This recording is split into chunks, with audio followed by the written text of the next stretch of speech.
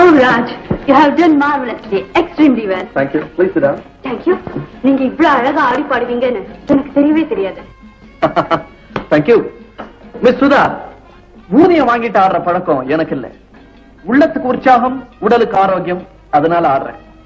ஆனா உனக்கு இவ்வளவு நல்லா ஆடி பாட தெரியுங்கிறத பார்த்து நானே அசந்து போயிட்டேன். I was really surprised.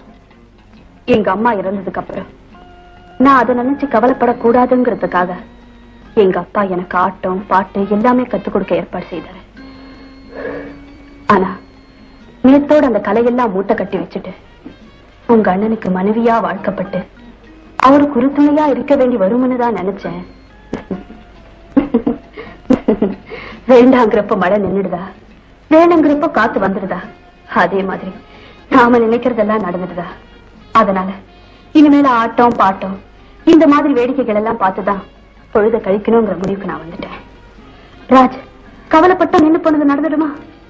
கவலைங்கிற 3 எழுத்துல நடுவு எழுத்து எடுத்துட்டா கலைதானே, அதை ரசிச்சு பொழுது போக்குற வேண்டியதானே.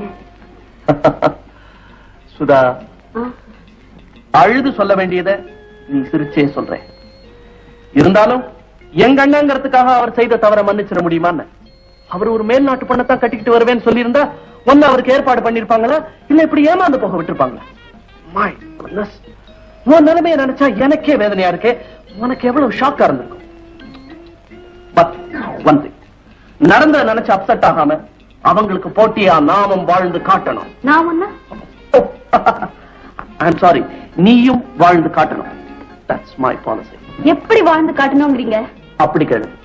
அவர் ஒரு மேல்நாட்டு பொண்ணை கட்டிக்கிட்டு வந்துட்டாருன்னா அதுக்கு பதிலா நீயும் ஒரு உள்நாட்டு மாப்பிளையை கட்டிக்கிட்டே வாழ்ந்து காட்டக்கூடாது. ராஜ், இவ்வளவு விரிவான விளக்கம் எனக்கு தேவையில்லை. நீங்க என்ன நினைக்கிறீங்கிறத நான் விமான நிலையத்திலேயே தெளிவா தெரிஞ்சுக்கிட்டேன். ஆண்களால எப்பவுமே பொறுமையா இருக்க முடியாது. கரெக்டா? இருங்க, நானும் அப்படி அவசரப்பட முடியுமா? எனக்கு கொஞ்சம் அவகாசம் கொடுங்க. Oh yes, take your own time.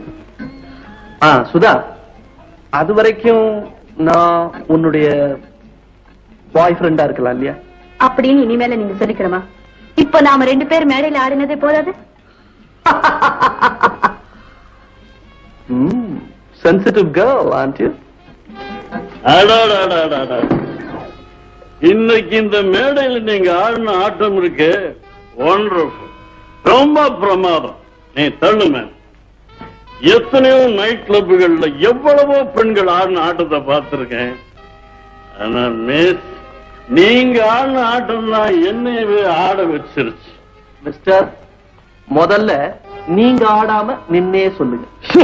நீ போன மிஸ், கலை என்ன? நீங்க ஆடினதுதான் கலை. சார், நீங்க ரொம்ப நில தப்பி போயிருக்கீங்க. அதோட நீங்க யாருன்னு எங்களுக்கு தெரியாது.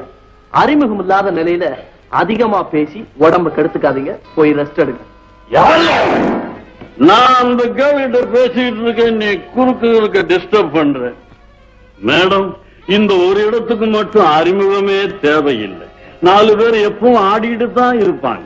10 பேர் வருவாங்க, அதுல கொஞ்சம் பேர் பார்த்து ரசிப்பாங்க, சிலர் ஓவரா ரசிச்சு வழிக்கே விழுந்துருவாங்க.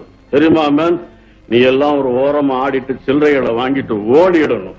நான் பெண்கள்கிட்ட பேசிட்டு இருக்கும்போது நீ இப்படி நின்று குறுக்க பேசத்துக்கு தெரியுமா? Get out. யோ, விஷயம் தெரியாம நீ சில்லறத்தனமா பேசாதே. நாங்க இங்க காசுக்கு ஆடுறவங்க இல்ல. நீங்க காசுக்கு ஆடுறீங்களோ ஓசிக்கு ஆடுறீங்களோ அந்த விளக்கம் எனக்கு தேவையில்லை.